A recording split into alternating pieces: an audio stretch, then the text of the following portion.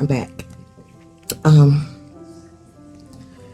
So I was on the phone with my husband telling him that they had to put restraints on her, and like I said, I was hysterical. As a parent, I was hysterical. He talked to me for a few minutes, and then I went back up to the room. Well, actually, I went back up to the floor, and I stopped at the nursing station.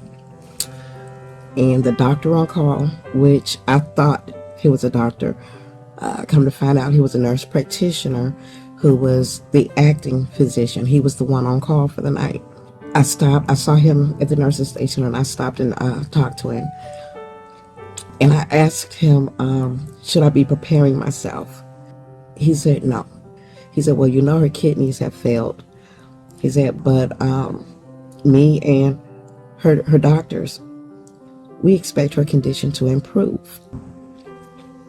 So while I was standing there, the nurse, Linda Brixton, she walked up, and the doctor or nurse practitioner had ordered a bunch of tests to see what was going on with Keisha. And the nurse looked at me and said, she pulled out her catheter. Ouch, that's gotta hurt. I hadn't even noticed that the catheter tubing was not there when I was in the room the first time.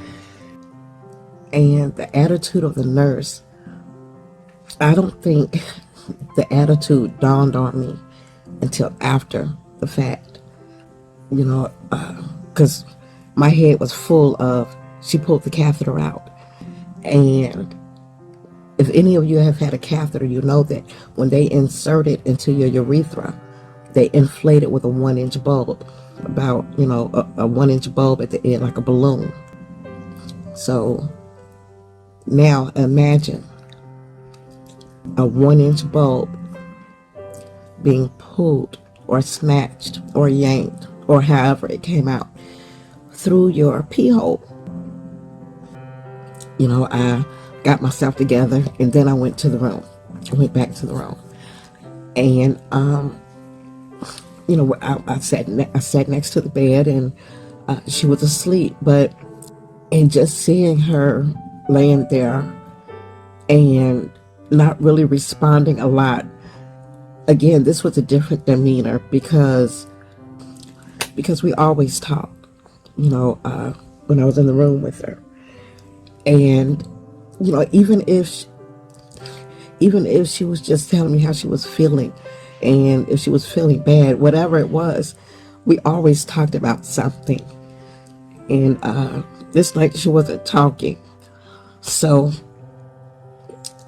and then I also noticed that she was not asking for her medicine.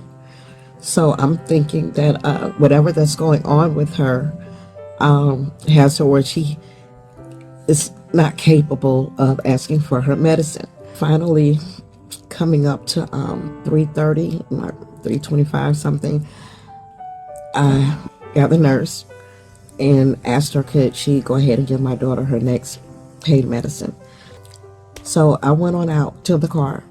I was about to fall asleep in the car, and I said, nope, you can't fall asleep. The doctor's got to get the results back from those tests he ordered.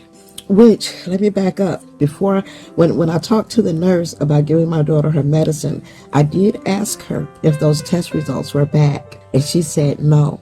The only thing that came back was her potassium, which was a little high. She said that none of the other tests had come back, and we're going to come back to that later too, because she lied. I found out from the medical records that all the tests were ready between 1 o'clock and 2 o'clock a.m. on the morning of May 10th. This was after 3 o'clock.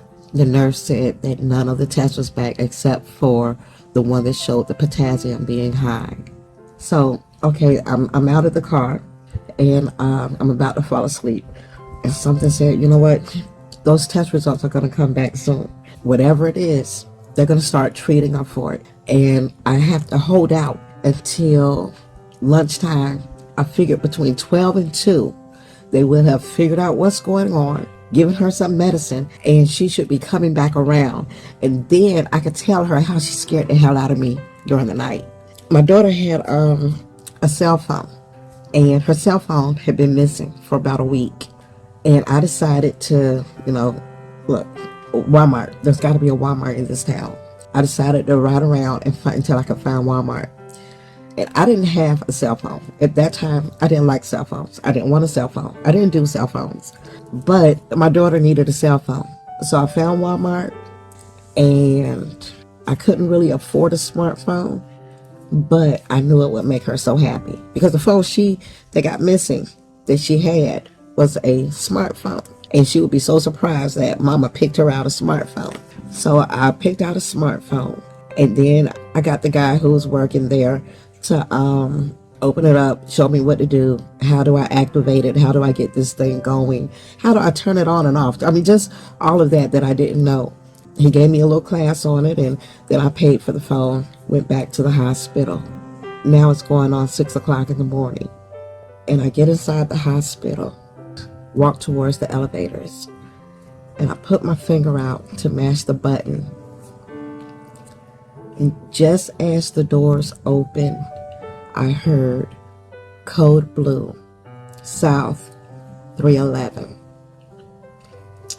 Now, normally when I heard code blue, the whole time that I was there, if I heard code blue come on the intercom, I would stop whatever I'm doing for a moment and ask God to help that person and their family be okay. So I stepped on the elevator, and I was getting ready to do the same thing when I said, code blue, South. South. My daughter's on South. That's somewhere near her. South. South is the, South Tower. 3, third floor. My daughter's on the 3rd floor. 311.